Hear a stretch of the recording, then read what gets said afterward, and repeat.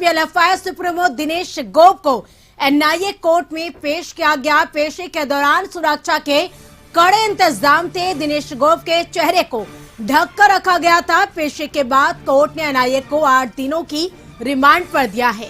NIA ने 14 दिनों की रिमांड देने का आग्रह किया था, जिस पर कोर्ट ने 8 दिनों की रिमांड ग्रांट की। अब एनआईए दिनेश गोप से पूछताछ करेगी। पूछताछ में कई अहम राज खोल सकता है दिनेश गोप। दरअसल झारखंड पुलिस और एनआईए ने संयुक्त रूप से कार्रवाई कर खूंखार नक्सली को पड़ोसी देश नेपाल से गिरफ्तार कर रविवार को रांची ले आई है। वो नेपाल में भेष बदलकर रह रहा था। दिनेश गोप पंजाबी के भेष में छुपकर रह रहा था। उसकी गिरफ्तारी से अब कई राज खुलेंगे। और आपको बता दें कि झारखंड आतंक का पर्याय बने दिनेश गोप पर 25 लाख का इनाम था। एनआईए ने भी उस पर 5 लाख का इनाम घोषित किया है। और दिनेश गोप पर राज्य के अलग अलग जिलों में 100 से अधिक मामले दर्ज है।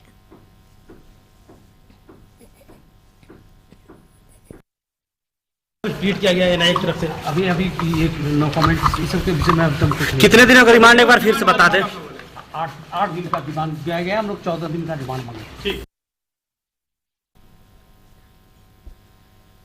और अधिक जानकारी के लिए रांची से संवाददाता संदीप हमारे साथ जुड़ चुके। संदीप, बात करें तो कोर्ट ने एनआईए को 8 दिनों की रिमांड पर दिया है दिनेश गोप को। और अब ये कहा जा रहा है कि पूछताछ में दिनेश गोप कई राज खोलेगा। तो किन किन राज्यों को खुलने की संभावना है? जी यदि पीएलएफआई सुप्रीमो दिनेश गोप की बात की जाए तो एनआईए और जो पुलिस के संयुक्त छापामारी में उसकी गिरफ्तारी हुई है। और दिल्ली से कल देर शाम दिनेश गोप को रांची लाया गया है। हालांकि आज उनको कोर्ट में, जो एनआईए कोर्ट है, वहां पे उनको इंट्रोड्यूस किया गया है। और जहां से आज एनआईए ने दिनेश गोप से पूछताछ के लिए 14 दिन की रिमांड मांगी थी। हालांकि 8 दिन का ही रिमांड दिनेश गोप के लिए मिला है एनआईए को। यानी 8 दिनों तक एनआईए दिनेश गोप से उन हर एक राजों को जानने की कोशिश करेगी।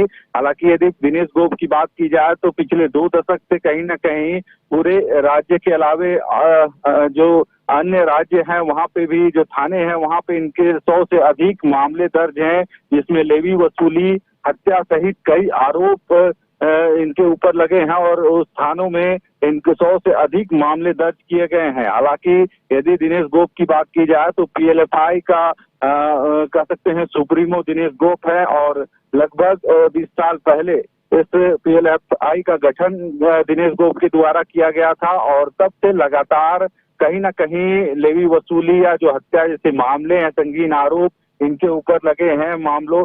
और इसको लेके थानों में भी मामले दर्ज किए गए हैं। हालांकि एनआईए ने आज 8 दिन की रिमांड ली है। तो एनआईए भी कोशिश करेगी कि जो इनके साथी हैं या फिर इनकी जो पूरी पीएलएफआई में जितने भी और सक्रिय सदस्य हैं उन लोगों के बारे में भी जानने की कोशिश एनआईए करेगी।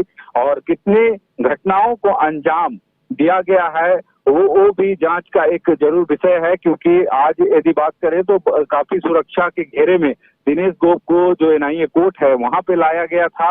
और कोर्ट में प्रेजेंट उनको पेश किया गया, जिसके बाद कोर्ट से 8 दिन की रिमांड ली है। तो देखना होगा 2 दशक से जो पूरे झारखंड के अलावे मोस्ट वांटेड के रूप में दिनेश गोप जाना जाता था। और लगभग 30 लाख रुपए का इनाम इसके ऊपर था। दिनेश गोप के ऊपर 25 लाख सरकार की ओर से और एनआईए की तरफ से 5 लाख, यानी पूरे 30 लाख रुपया का इनामी नक्सली दिनेश गोप आज कोर्ट में उसको सरेंडर किया गया है। देखना होगा आगे कितने राज एनआईए निकाल के दिनेश गोप के साथ राज खोलता है।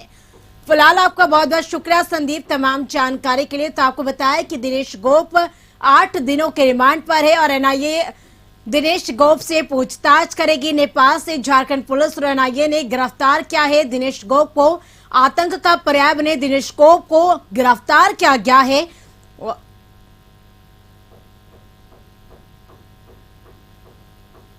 तो आज एनआईए कोर्ट में पेश किया गया। आपको बताया कि 8 दिनों के रिमांड पर दिया गया है। 14 दिनों की रिमांड जो ग्रांट की गई थी, जिसमें कोर्ट ने एनआईए को 8 दिनों के रिमांड दिया है। और हमारे साथ झारखंड न्यूज कोऑर्डिनेटर मनोज जी जुड़ चुके हैं। मनोज जी, बात करें तो अब एनआईए को 8 दिनों के रिमांड पर दिया गया है दिनेश गोप को, और कई अहम राज भी खुल सकते हैं, ये बातें कही जा रही है, क्योंकि आतंक का पर्याय बने हैं दिनेश गोप, जिसको लेकर कई मामले भी दर्ज है, 100 से अधिक मामले दर्ज है। तो क्या कुछ और अहम राज खुल सकते हैं? देखिए करिश्मा, अगर हम बात करेंगे दिनेश गोप को लेकर के तो एनआईए ने 16 दिनों का रिमांड मांगा था। 16 दिनों का रिमांड मायने रखता है कि 16 दिनों का रिमांड आखिर एनआईए ने क्यों मांगा। हालांकि 8 दिन का रिमांड मिला है, अभी 8 दिन तक एनआईए पूछताछ करेगी, लेकिन 16 दिन का जो रिमांड मांगा है वो अपने आप में यह बताने के लिए काफी है कि बहुत सारे ऐसे राज है, बहुत सारे ऐसे नेटवर्क है। चूंकि इस व्यक्ति की अगर हम बात करेंगे तो इसका न सिर्फ नेशनल बल्कि इंटरनेशनल लिंक भी रहा है। यहाँ पे पीएलएफआई का जो अपना संगठन का जो काम चलता था उग्रवाद के खिलाफ, वो तो था ही। इसके अलावे एक हाल के दिनों में जो सारी चीजें सामने आई थी वो था हथियारों के खरीद बिक्री को लेकर के भी, तो उसका भी एक इंटरनेशनल नेटवर्क ये इस व्यक्ति ने तैयार कर रखा था। और उस नेटवर्क में कौन कौन से लोग शामिल थे, कई ऐसे सफेद पोस्ट जो हैं वो इसके साथ में जुड़े हुए थे। जो लेवी का जो पैसा आता था वो पैसा कहाँ जाता था, किस तरीके से उसे खपाया जाता था, इन सारे चीजों की जो है पड़ताल जो है इस पूछताछ के दौरान सामने आएगी। और उसके बाद जो है फिर एनआईए की बात है वो आगे कार्रवाई करेगी। उसके अलावा अगर हम बात करेंगे तो रांची, खूंटी, सिमडेगा, गुमला, चाईबासा ये जिले ऐसे हैं जहाँ जिसमें विभिन्न थानों में दर्जनों मामले हैं। ये मामले जो हैं लूट से जुड़े हुए हैं, ये मामले हत्या से जुड़े हुए हैं, ये मामले लेवी वसूलने से, रंगदारी करने से, धमकी देने से जुड़े हुए, उग्रवादी घटनाओं को अंजाम देने से जुड़े। तो इन सब मामलों को लेकर के भी जो है पूछताछ होगी। और संभवतः जब एनआईए की पूछताछ जब खत्म हो जाएगी और वापस उसे न्यायिक हिरासत में भेजा जाएगा, तब संभवतः इन जिलों की पुलिस जो है अपने स्तर से भी रिमांड पर लेकर के अपने उस थाने से, अपने जिले से जुड़े हुए मामलों में भी पूछताछ करेगी। तो काफी अहम है जो दिनेश गोप की गिरफ्तारी और उसके बाद अभी रिमांड पर लेकर के उससे पूछताछ करना।